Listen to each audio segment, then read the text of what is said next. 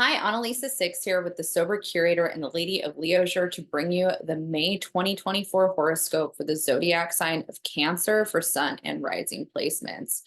Hi, Cancers, how are you? We're entering the summer months here pretty soon, so we're getting pretty close to your birthday season. Um, this has been a pretty intense time for you when it comes to work. So, we're going to talk about kind of what to expect for the coming month of May and how to utilize it to the best of your ability. Career has been a primary focus for you over the last couple of months with the stellium that we've had in Aries. It's been passing through the area of the Cancer horoscope that has to do with your public image and how you put yourself out there into the public. So let's talk about what energies we start May out with, and then specifically where it is hitting in your chart. So every May we start with Taurus season. So the sun is highlighting the fixed earth sign of Taurus, and the area of the horoscope that hits for the Cancer individual is the area that rules the 11th house. Taurus is ruling that area for you. And the 11th house is the house that represents friendship circles, group associations, organizations, and groups that we are attracted to or want to be a part of. And so whenever this area is highlighted in the chart with the sun, we tend to get kind of pulled up into more socializing. We feel like we want to connect with people. We might feel like we want to network or be more out in the open. We might want to connect with our community more. This is also an area that rules community and how we want to contribute to our community. And so there's a lot of energy boosting you at the beginning of May in those spaces. The other energy that's influencing that is Venus. So last month, the end of April, I'm going to trip over my words a lot. I apologize if it's annoying. The very end of April, Venus entered Taurus as well. And Venus is one of the rulers, or is the ruler of Taurus. She also rules Libra. And when she's in Taurus, she's in one of her, best states of expressing herself. And Taurus energy is fixed earth. So it rules all things material when it comes to work, money, how we are relating to material stability and self-worth. And when Venus is in Taurus passing through the 11th house, she also boosts that energy when it comes to wanting to connect with our community, connecting through friends and, people that we feel really good being around. One of the things that Cancer and Taurus both share is that one of your love languages is connecting through nurturing in spaces like food and beverage and kind of qualities that we associate a lot of times with a nurturing parent, like the mother or the grandmother, connecting through, gifts. Taurus really likes gifts, and especially gifts like jewelry or food. Money, to connecting through money. So if you're feeling inclined to want to do things with people that incorporate those types of things, Venus in Taurus, rules beauty and our connection to nature. If you want to spend more time outside in nature, but with people, I'm one of those people where I really love hiking with people. I like having a couple buddies to go on walks with. I also really like doing that stuff by myself, but I really enjoy having buddies that are like totally down to go on hikes and spend time outside. I like having dogs in my life for that reason because they're hiking buddies, So if you're feeling inclined to want to spend a lot of time in nature with people that make you feel good, or doing things for the environment, this is also really strong energy in terms of volunteer work around sustainability, or even bringing meals to people, helping unhoused people. Those types of things are all highlighted for Cancer during the month of May, especially the beginning of May. We had Mercury retrograde in Aries for most of April, and now Mercury is finishing its way through Aries for the first part of May. And so the area that's been hitting for the Cancer horoscope is the area that rules career. And so you had a lot of reflection and review happening in terms of who you are in the public space of your work. If you're self-employed, you might be reflecting a lot on who you are in your business and how you want to push things forward and what that means to you. If you're not self-employed and you work for a company, there could have been a lot of challenges within that environment that had you maybe have to exercise some humility or reflecting on who you are as an identity in that, how you communicate, how you assert, how you confront problems at work. Those are all themes that came up for the Mercury retrograde that you're now in that tail end kind of having to sort out through the beginning of May. Once we get to May 15th, Mercury is actually going to move into that sign of Taurus in the 11th house, and it's going to join the Venus party there and also enhance more of that networking energy. So you have a lot of potential for making a lot of new friends or connecting with the community and friends that you already have over the entire month of May. Mars entered Aries at the start of May. And so we have Mars now passing through your area of career and work and public image as well. And Mars, you know, in traditional astrology is considered to be malefic. So wherever Mars is, we do experience some tension. However, Mars is in domicile in Aries. Mars does really well in this sign because it is the ruler of this sign. And so with Mars in Aries, we feel a lot of action-oriented energy that maybe during April, we felt like we were trying to push certain things forward, but with Mercury retrograde and a lot of the eclipse energy, maybe some of these things we were trying to push forward just weren't happening in the way that we needed them to. And now that we're shifting into this more action-oriented energy and Mercury is moving out of its retrograde, this is the time where moving things ahead and moving things forward is more supported. You know, there's a lot of things that move forward during retrogrades. It's not, I think that one of the things that I've reflected a lot over the years where, you know, what I've learned in my own anecdotal experience is that there is a divine timing and that retrogrades don't necessarily mean that things aren't supposed to happen. If anything, it means that things are going to happen, whether we want them to or not. And then we're forced to have to accept what comes out of that and learn from it. It's really Mercury retrogrades and retrogrades in general, really opportunities to learn something that maybe we've been resistant to or naive or ignorant to in the past. It opens us up. And Mercury in Aries was an interesting one. I feel like I learned a lot through that one where a lot of things moved forward that I wouldn't have wanted to have moved forward. But I learned a lot in the process. I did a lot of predicting for myself in terms of my own life. And a lot of it came true. So, you know, there was definitely some back and forth things that didn't move forward in the right way.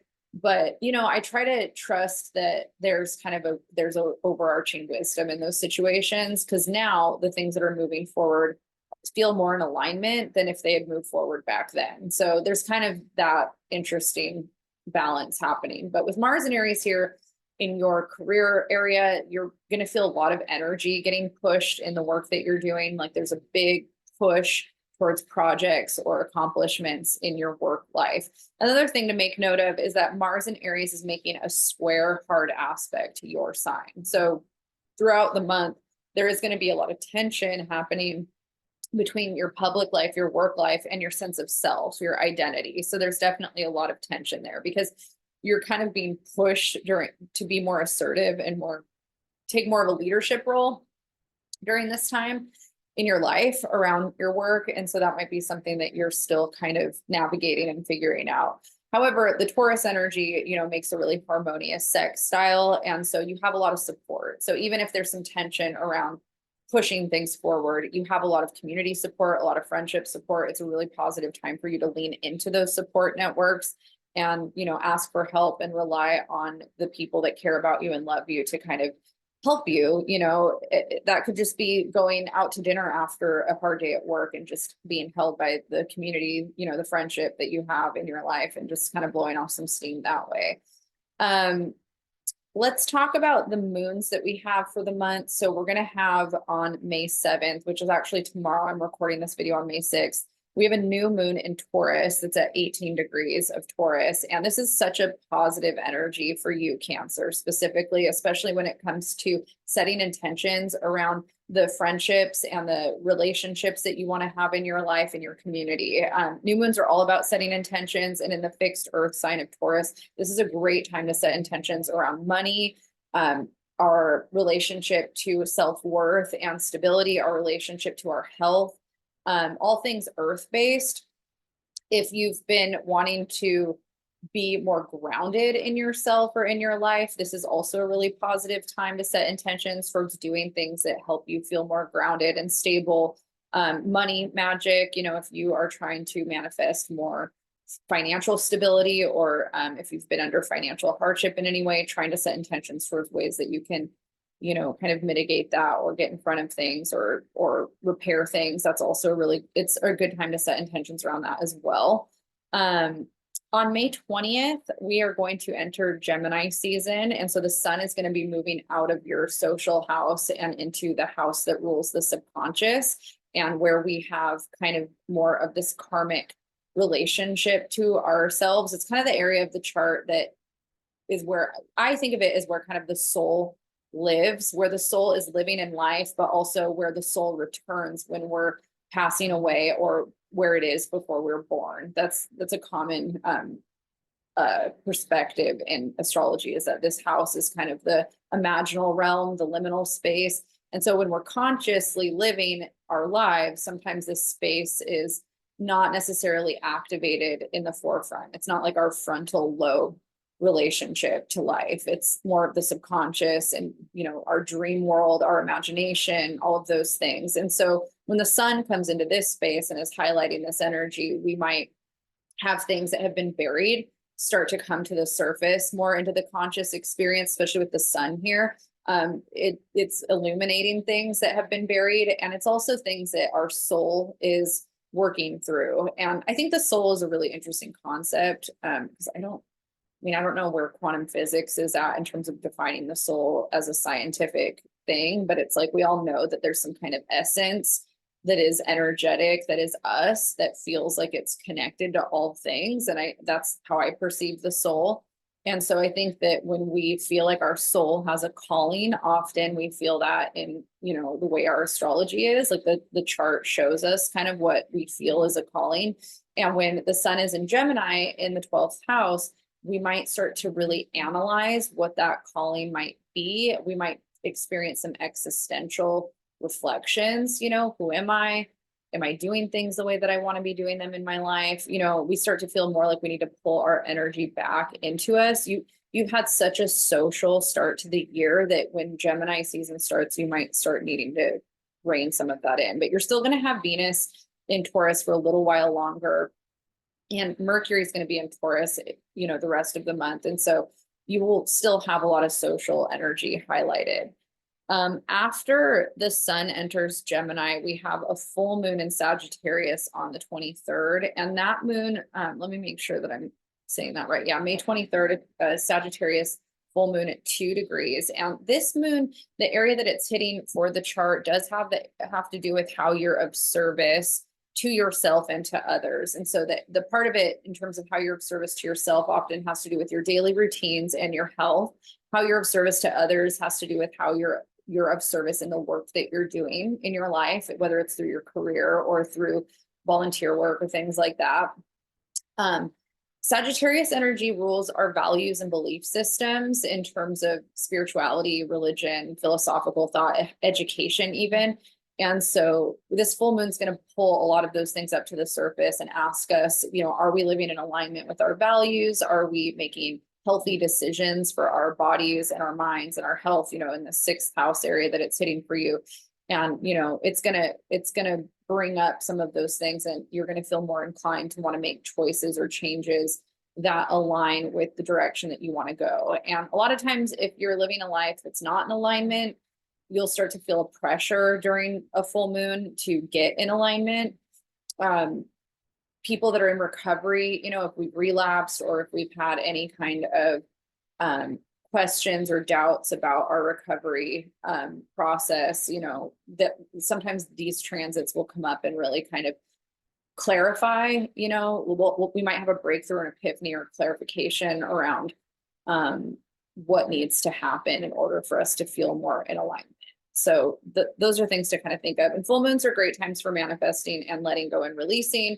So for you, this is a good time to call in living more in alignment and making better choices that feel more in alignment for where you're headed, and then releasing any belief systems or patterns of behavior that aren't serving you. You know, if you've had, like, I know for me, I had a value, I'm just going to share anecdotally. I had a value based off of kind of the Western culture that was defining what was healthy. And it was to drink green juice and do yoga every day, which I love both. I love green juice and yoga. Really picky about what's in my green juice. I'm not a straight celery person, but I really do enjoy starting the day that way. It does make me feel really good. However, in yoga, there's a lot of poses that for the type of issues that I have with my body are actually not good for me. I hyperextend and I need more inflection in my body.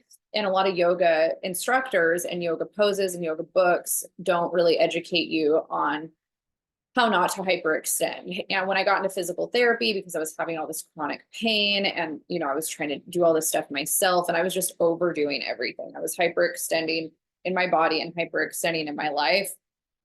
I learned how not to do that anymore. I still do it because it's just what I'm used to doing, but I've learned like, oh, I'm doing this. Here's how to rein it in. And so what happened over the last few years is that my values and belief systems around what's healthy has really changed. I don't think it's healthy to do yoga every day unless you have a practice that is taking all of those personal things about your body into account. When I have friends that are self-criticizing, saying, oh, I really need to do yoga every day or work out every day or eat a certain way every day, as somebody that did that and still experienced a lot of deficits and problems, I can vouch and say that that's not the answer to good health. I think that there's so many factors and it's unique to each individual, and doing yoga every day is great if you have a practice that is in alignment for where your body is at in its current state. And it takes working one-on-one a lot of times with somebody like a physical therapist and an educated instructor to actually know what's healthy for your body, because you can overdo yoga. And I was overdoing yoga. I was overdoing everything. So those things come up with Sagittarius energy and also sixth house energy, which is what's happening in your chart. So you might be in a position of really thinking, I need to be this way in order to be healthier or a good version of myself. And maybe that's true. Maybe you do need some of that, but you're going to be in a state of reflecting on that. And then maybe there's some perspectives that you've had about what that is that are changing. Maybe you used to think eating a certain way was healthy, and now that's changing based off of something your doctor said, that kind of thing. So that's going to be kind of a big theme for you around the end of May. The next thing that we have is Venus entering Gemini on the 24th.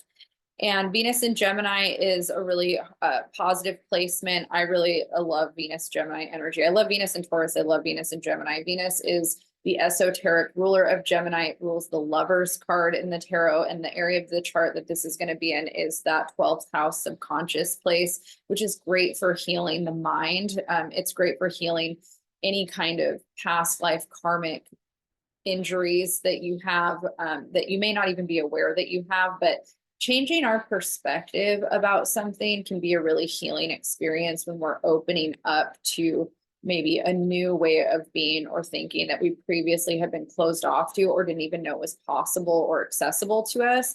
And with Venus passing through the 12th house in Gemini, there's so much opportunity for you to be open-minded around different modalities of healing and healing perspectives and the way that you think about things. So it's a very positive time for that. It's also a really good time for finding ways to work through healing anxiety, especially if you have somatic anxiety. And I have somatic anxiety, which means that your logical mind might feel really grounded and you can wrap your mind around why you shouldn't feel anxious, but your body is still processing what's happening in a really extreme anxious way. And working with a somatic therapist or healer that can help you calm that. Reiki actually really helped me a lot with some of the somatic work. I still am working on that because the body keeps the score, the body stores trauma. So there's certain situations that sometimes you'll be in, you don't realize your body's having an anxious reaction because your brain is being logical. And so those are things that, affect our digestion and affect our health and the way we relate to things. So Venus in Gemini for you, where it's passing in your chart, is an opportunity to kind of get familiar with that in your body and find positive ways of healing that. We also have a huge energetic shift happening shortly after that, where on the 25th, 26th, Jupiter is going to be entering Gemini for the next year. Jupiter's been in Taurus over the last year. And now Jupiter's making its way at the end of the month into Gemini season, which for you, the area that it's in the chart is that same area of the subconscious. So you're growing, you're expanding. There's definitely a lot that's about to shift for you in terms of how you perceive yourself and what feels in alignment for you on a soul level. And over the next year, Jupiter's going to be expanding that for you. So you might develop a spiritual practice or a relationship to your spirituality that's completely new. And it's really positive for you to kind of explore this and, continue to use discernment. You're going to need to have a lot of discernment through this, but it's also really positive for you to be really open to the process and what's coming up for you at this time.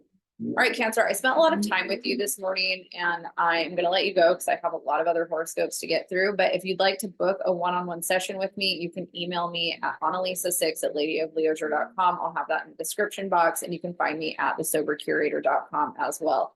Thank you and good luck. I will see you guys next month.